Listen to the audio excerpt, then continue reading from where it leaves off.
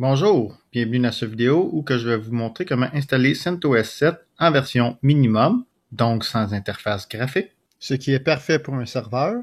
Si jamais vous êtes intéressé pour un autre type d'installation, n'hésitez pas de m'écrire dans les commentaires. L'installation sera faite dans une machine virtuelle dans VirtualBox. Nous allons donc démarrer la machine virtuelle pour démarrer l'installation de CentOS 7.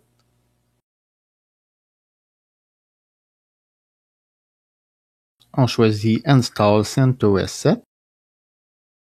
Il y a ensuite un temps de chargement de quelques secondes avant d'avoir la fenêtre d'installation.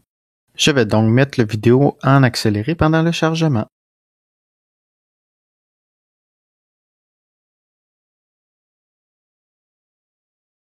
Ce premier menu de configuration permet à gauche de configurer le langage du système et à droite le langage du clavier.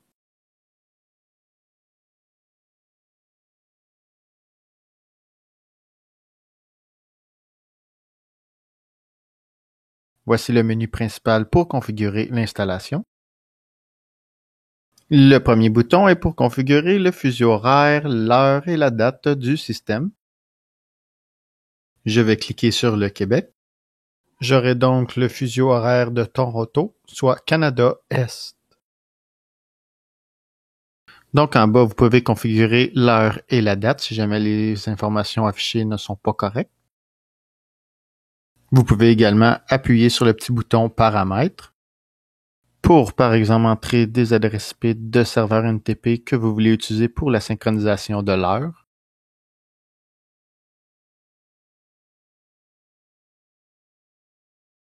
Les deux boutons suivants permettent de reconfigurer le langage du clavier ou du système.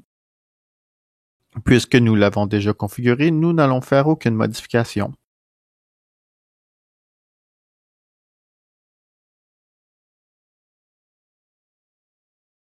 Il est ensuite possible de configurer la source d'installation.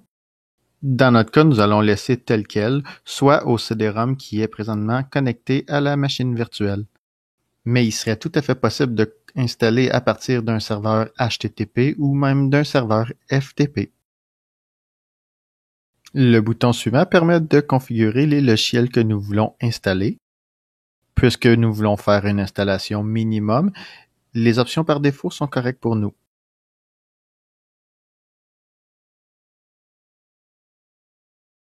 C'est maintenant le temps de configurer le partitionnement du disque dur. Puisque c'est une installation dans une machine virtuelle et qu'il n'y a pas d'autre système comme une autre distribution Linux ou Windows d'installer, nous allons laisser l'installateur configurer le partitionnement du disque dur. Par contre, quand j'installe dans un environnement physique, j'aime bien configurer manuellement le partitionnement du disque dur pour être sûr qu'il ne casse pas un système déjà en place. Si jamais vous désirez que je fasse une vidéo sur le partitionnement manuel, dites-moi là dans les commentaires. Je vais probablement faire une vidéo dans le futur à propos des partitions LVM également, que j'aime bien pour leur flexibilité. Regardez également dans la description du vidéo, car j'offre des formations ou de l'aide en ligne.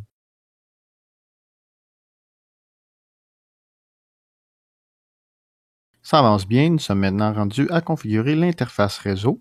Nous allons commencer par activer l'interface. Par défaut, l'interface est client DHCP, donc elle va avoir une adresse IP s'il y a un serveur DHCP dans votre réseau. Dans mon cas, j'ai bien un serveur DHCP, donc j'ai reçu une adresse IP comme par magie. Il est toujours possible d'appuyer sur le bouton Configurer pour configurer des options avancées ou, par exemple, configurer une adresse IP statique. Et finalement, c'est aussi ici que nous pouvons configurer le nom d'hôte, donc le hostname.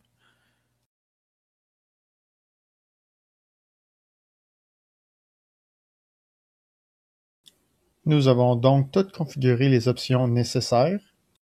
Il ne reste plus qu'à cliquer sur Démarrer l'installation. Pendant que l'installation est en cours, il est possible de configurer des utilisateurs.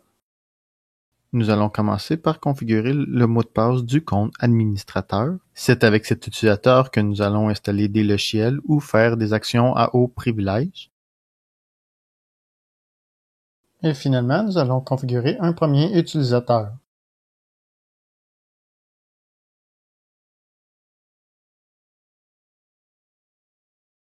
Je vais mettre la vidéo en accéléré pour le restant de l'installation sur une belle petite musique d'ascenseur.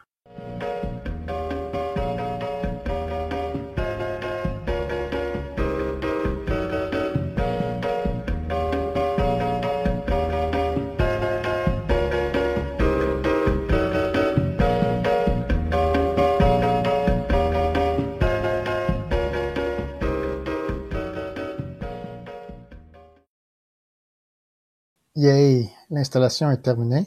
Il ne reste qu'à cliquer sur « Redémarrer ».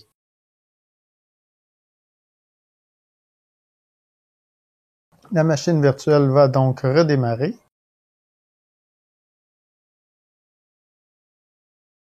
Dans le menu de démarrage, choisissez l'option par défaut.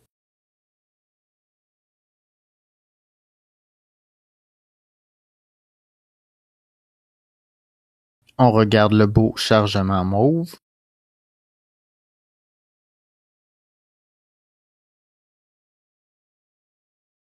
Et voilà notre système Linux CentOS 7 d'installer. Bien sûr, il n'y a pas d'interface graphique parce que nous avions choisi l'installation minimum.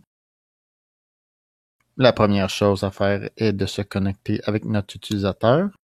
Entrez le mot de passe. Nous allons regarder l'adresse IP que nous avons reçue par le serveur DHCP à l'aide de la commande ipadd.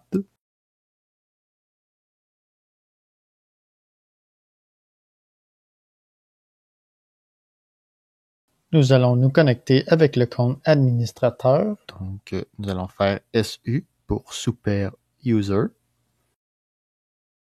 Et pour terminer, après une installation, une des bonnes pratiques à faire est de faire les mises à jour. Nous allons donc faire la commande yum update. Pour information, la commande yum update sert à faire les mises à jour pour les distributions basées sur Red Hat comme CentOS. Donc, si vous essayez sur Ubuntu ou Debian, cette commande ne fonctionnera pas. Pour le restant de la mise à jour, nous allons remettre la vidéo en accéléré et toujours avec cette belle petite musique d'ascenseur.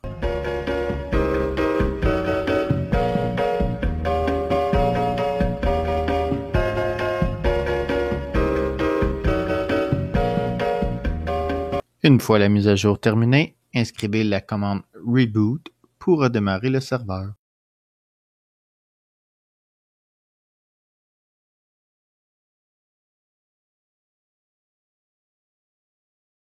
Encore une fois, dans le menu de démarrage, choisissez l'entrée par défaut.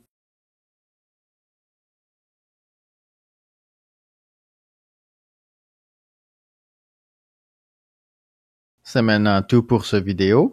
La prochaine vidéo sera sur Nagios Core, donc la version gratuite de Nagios, la solution de monitoring.